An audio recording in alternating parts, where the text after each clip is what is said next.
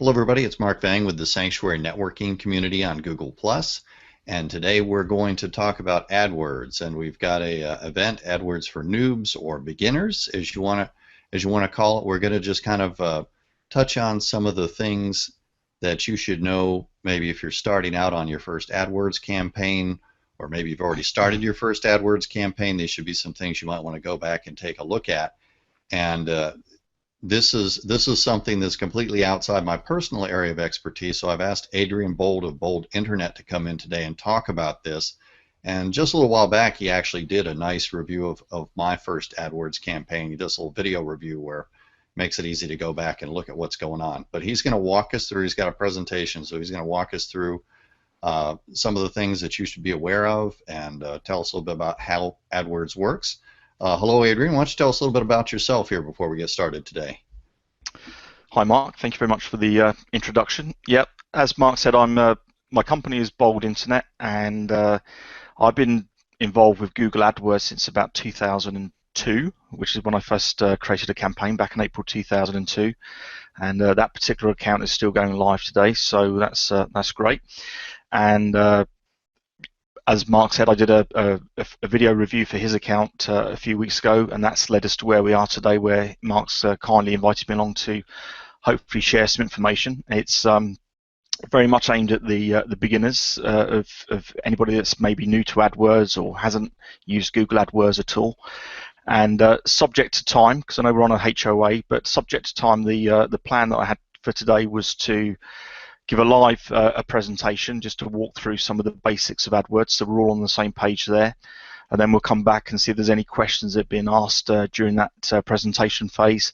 And then I was going to then switch across and give a very quick demonstration of creating a campaign from scratch in Google AdWords. So is that okay, Mark, on that basis we start from there? And yeah, that sounds good. That sounds good. And I should point out that I am monitoring the discussion event form, so if you have any questions while you're watching live, and I've also, if you use the hashtag on Twitter, hashtag Sanctuary Chat if you're watching from the YouTube link on Twitter. Adrian, if I happen to grab my chest and like just kind of keel over, that's probably because somebody actually responded on Twitter, because that like never happens. So I'll be like, oh, if I point at the screen and just grab my chest and fall over. That means we got a tweet. So excellent. Okay, might be we'll the look forward first to that. time. Yeah, excellent. Okay. Yes, yes. So I will just say sorry, Mark. Go ahead. I was going to say, just getting the thing about timing as well.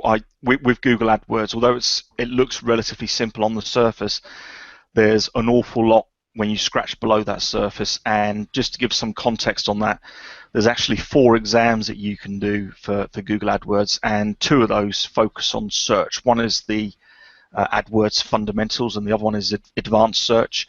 And both of those exams take 90 minutes each just to get through the examination.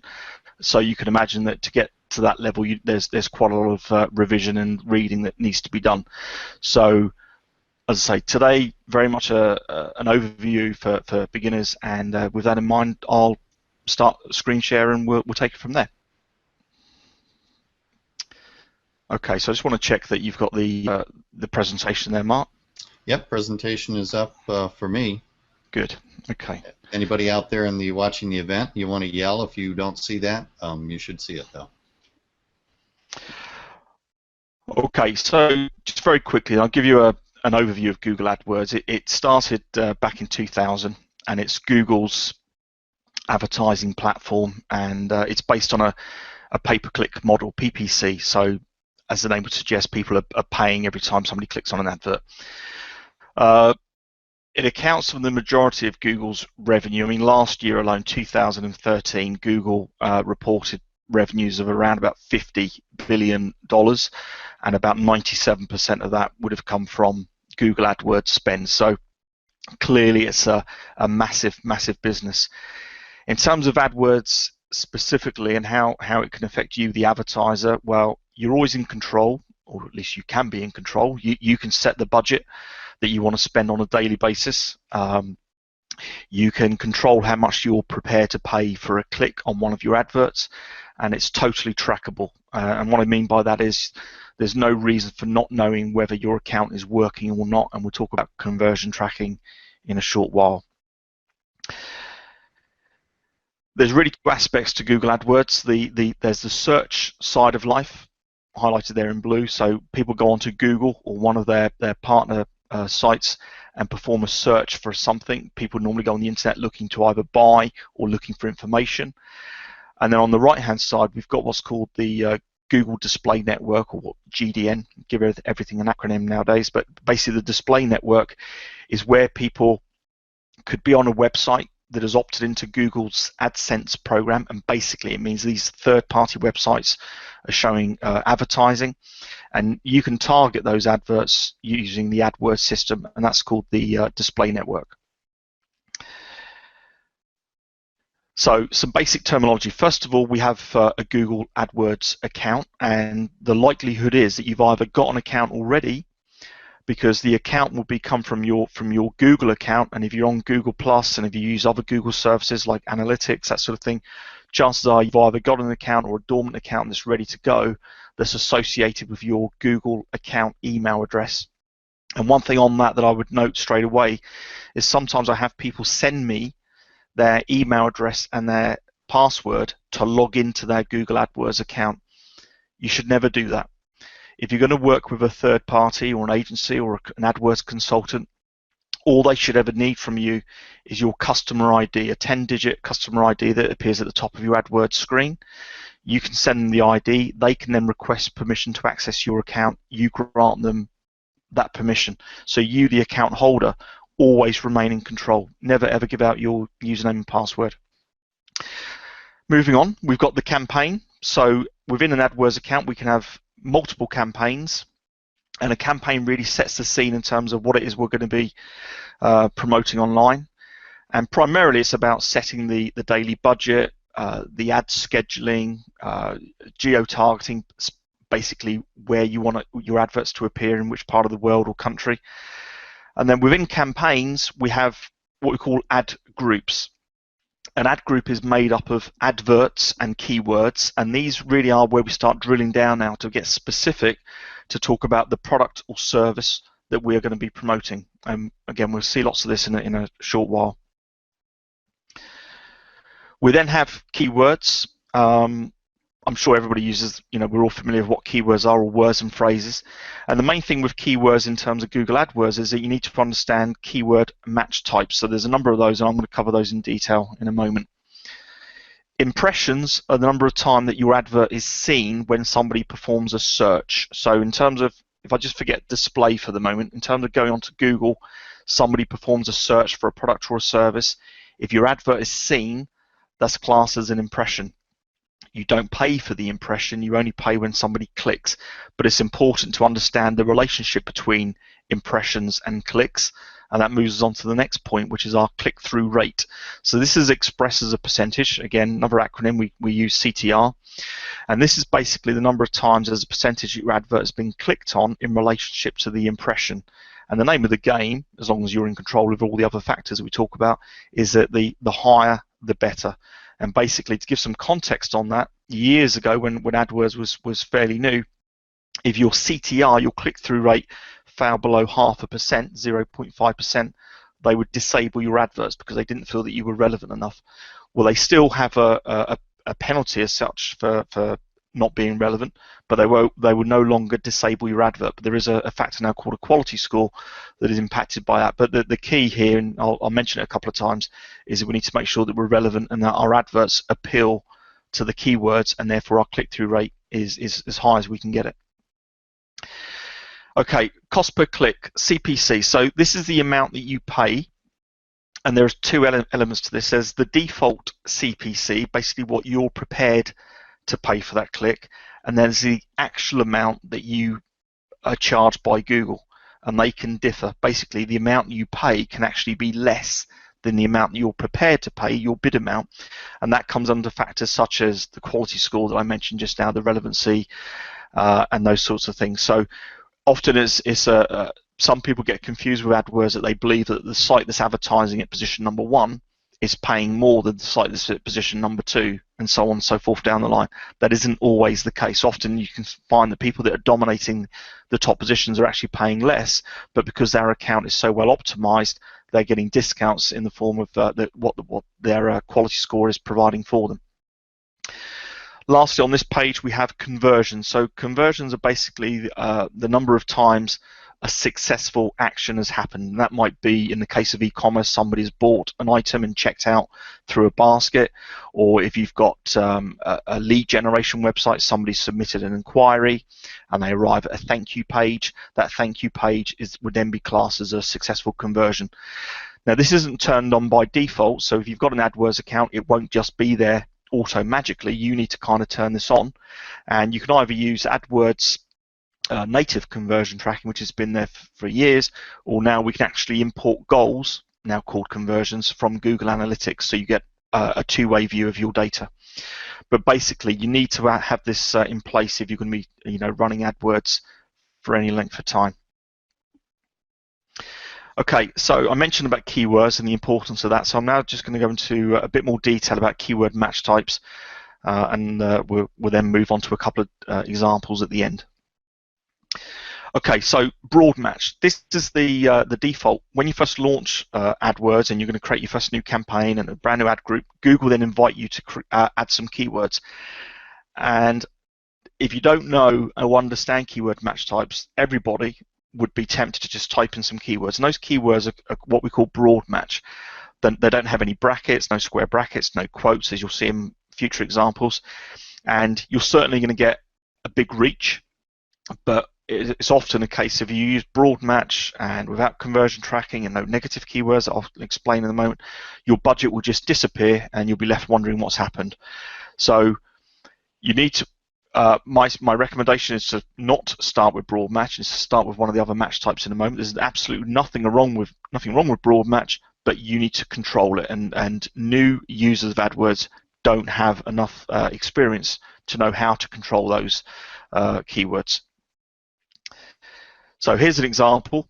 So on the left hand side we've got a broad match keyword football boots, and on the right hand side some examples there where football boot, football shoes, you can read those, designing football boots. These are examples of where your advert could potentially be shown. So basically the two words football and boots can appear in any order, and also Google can swap them out for not only just misspellings and plurals and singulars, but also synonyms.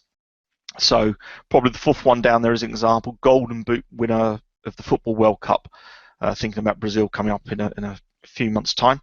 So that's an example of a broad match. Soccer boots, there we've got the word soccer instead of the word football, and so that can be a problem.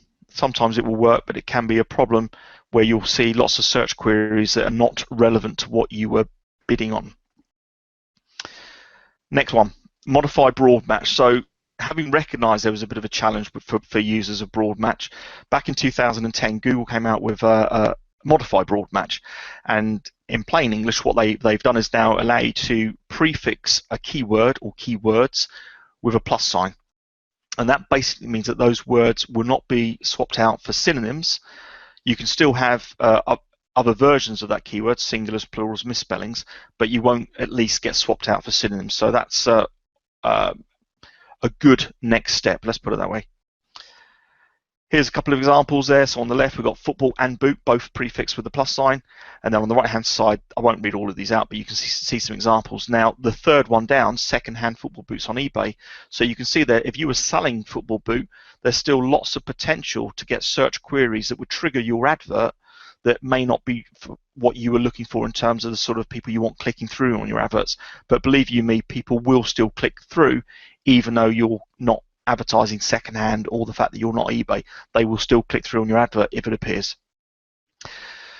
Okay, next example, phrase match. So this is where we put our keywords in quotes, and by putting a keywords in quotes, that means that those keywords have to appear in order. They cannot be swapped around, but they can still appear as a longer search query. So much tighter control, but it can still lead to problems if you haven't carried out your keyword research up front.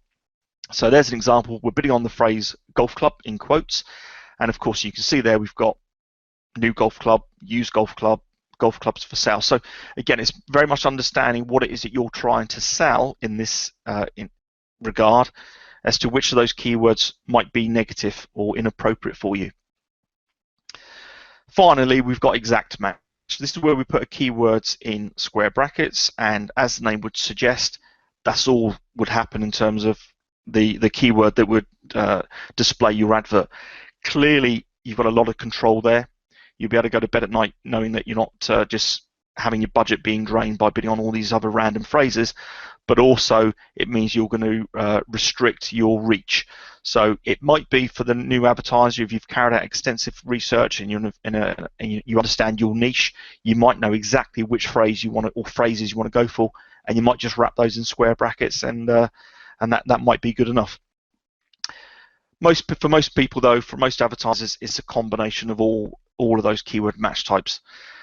But the next one is what we call a negative keyword match, and this is where we've carried out lots of keyword research, and we can add at the campaign level or an ad group level, or even what's called now the shared library. There are different places where we can add negative keywords, and basically these are words that we can add to an account that will prevent your adverts from appearing should those words form part of the searcher's search query. Bit of a mouthful there.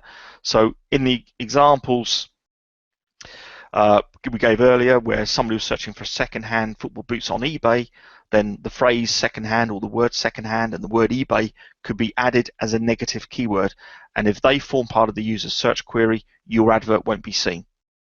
So that will save budget, and it will also save wasted impressions, which will improve your CTR that I mentioned earlier. The way we find all these negative keywords is, one, through just running the account and seeing what happens, and Google have a brilliant report called a search query report available in your AdWords account. We run that weekly for the accounts that we manage, and we go back over the previous 7 days to find any phrases or words that were irrelevant, and we add those back in as negatives. But we also do lots of upfront keyword research before we launch a campaign, and a couple of ideas there. You could look at an existing Google Analytics account to see the sort of traffic that's come through, maybe through organic search. You can use third-party websites such as ubersuggest.org, which will be a Google scraper where you can put in a keyword and get lots of different suggestions.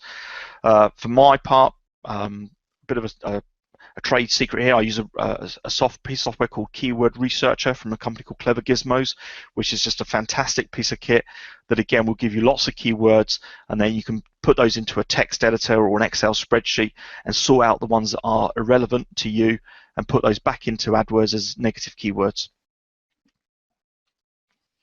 And again, just to finish off, there were some examples here. We've got we're bidding on the keyword golf club, and over on the right hand side, those are some examples of words that I might be considering adding as negative keywords. You can have, I think, up to 10,000 negatives in a campaign, but now with negative keyword lists, you've really got lots of flexibility now to tighten down your account and to make sure that you're not just spending money on search queries that are irrelevant to your business. Okay. That's a picture of a cat. Just because we're on Google Plus, I thought I should have a cat in there somewhere. Okay, here's some examples. Here I've done a search for Adrian. I just want to say, the second you showed that cat, the views skyrocketed. Excellent, excellent. Wow, we're that's what it's now. for, really. Yeah, excellent. And you took it away and it dropped right back. So okay, back to the presentation. Okay. So here we've got a screenshot where I've done a search for the phrase life insurance scam. Now, we see down across the top in the yellow strip and down the right-hand side, obviously I've blurred out the various domain names, but all of these advertisers are advertising life insurance, even though the search query was life insurance scam. So in this example, the word scam should have been a negative keyword. Now, you will find some companies have got more money than sense, so they've got sufficient budget to just keep advertising irrespective. But I doubt very much whether anybody there really wants their brand to be seen for the phrase life insurance scam, and they might get some click-throughs, but I doubt if people looking for life insurance scam are really in the state of mind to go and get a quote and then go and take out a policy. So It's all about understanding your audience and making sure you stop the wrong people clicking on your adverts as well as reaching the right people. Okay, another example. Here I've done a search for domestic cleaning Portsmouth. Portsmouth is where I'm from originally in England, and here we see an advert across the top, pop-in maids, that I would say is pretty good. I don't think there's ever such a thing as a perfect ad, but there they've got the words Portsmouth and cleaning and domestic all highlighted in bold, because Google will put in bold those keywords that match the search query. It's certainly relevant to me, but if we look down the right hand side, we've got a couple of advertisers there that just stand out that, you know, here obviously I've forgotten to blur out the domain name, so forgive me, but basically it's not relevant to domestic cleaning Portsmouth, so they're probably bidding on the keyword cleaning on broad match. Their advert is being seen. I dare say their impressions are sky high. The click-through rate would probably be very low, and their quality score would be dreadful, I would imagine. I don't know that for a fact, so I'm just guessing. But it's all about making sure that you're as relevant as possible to the search query. Okay, so just to round off on that, some tips. Make sure you use conversion tracking. You've got two choices really. You've got Google AdWords own conversion tracking. This is the code that would go on your thank you page, or you use Google Analytics, the code that goes on every page of your website. You set up a goal or a conversion within Analytics. You can import that back into your AdWords account, and then you can see at the keyword level which keywords are resulting in successful transactions and which keywords are just killing your budget. Keep search and display campaigns separate.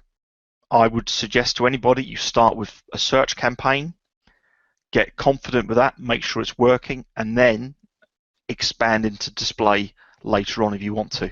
There's absolutely nothing wrong with display at all, but they are fundamentally different beasts, and you need to keep them separate.